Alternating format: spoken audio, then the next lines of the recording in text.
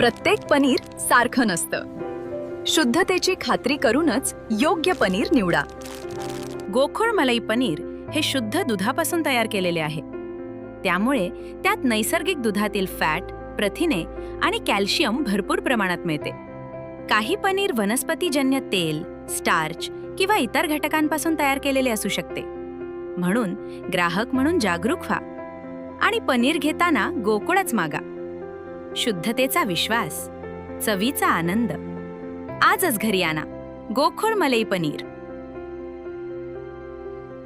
सिंधुदुर्ग किल्ल्याच्या 2 नंबरच्या बुरुजाला जवळजवळ 3 मीटर रुंदीचं मोठं भगदाड पडलंय. काही दगड हल्ल्यामुळे हे भगदाड पडल्याची माहिती किल्ल्यावरील रहिवासी असलेले मंगेश सावंत यांनी दिली आहे. युनेस्कोच्या जागतिक वारसा स्थळांच्या यादीतील किल्ल्यांपैकी सिंधुदुर्ग किल्ला असून किल्ल्याची तटबंदी ढासळत आहे. छत्रपती शिवाजी महाराजांनी समुद्रात बांधलेला हा एकमेव ऐतिहासिक किल्ला असूनही त्याची अशी अवस्था बघून दुःख आणि हताशपणा झाल्यासारखं वाटत असल्याची प्रतिक्रिया यावेळी किल्ल्यावरील रहिवासी मंगेश सावंत यांनी दिली आहे. मी सिंधुदुर्ग किल्ला रहिवासी मंगेश सावंत. आज सांगायला एक अत्यंत वाईट वाटतंय की या सिंधुदुर्ग किल्ल्यावरती आम्ही आज 10 पिढ्यांपासून राहतो आहे आणि या किल्ल्याची जी अवस्था आहे ती दिवसेंदिवस बिकट होत चालली आहे. या किल्ल्याच्या पूर्वेकडील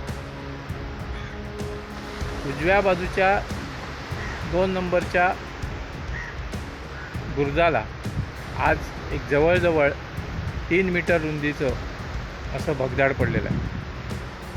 बरं, हे भगदाड नवीनच आहे. या कालच्या तुफानात त्या अगोदर काही दगड हललेले होते असतील, पण आता ते भगदाडाच्या स्वरूपात मोठ्या प्रमाणात झालेलं आहे. आजच माझ्या निदर्शनात आलं. मी बाहेरच्या बाजूला उतरून सकाळी मी त्याचा पाहणी केली तर हे संपूर्ण पाव्याकडचे दगड हे संपूर्ण निखळलेले आहेत.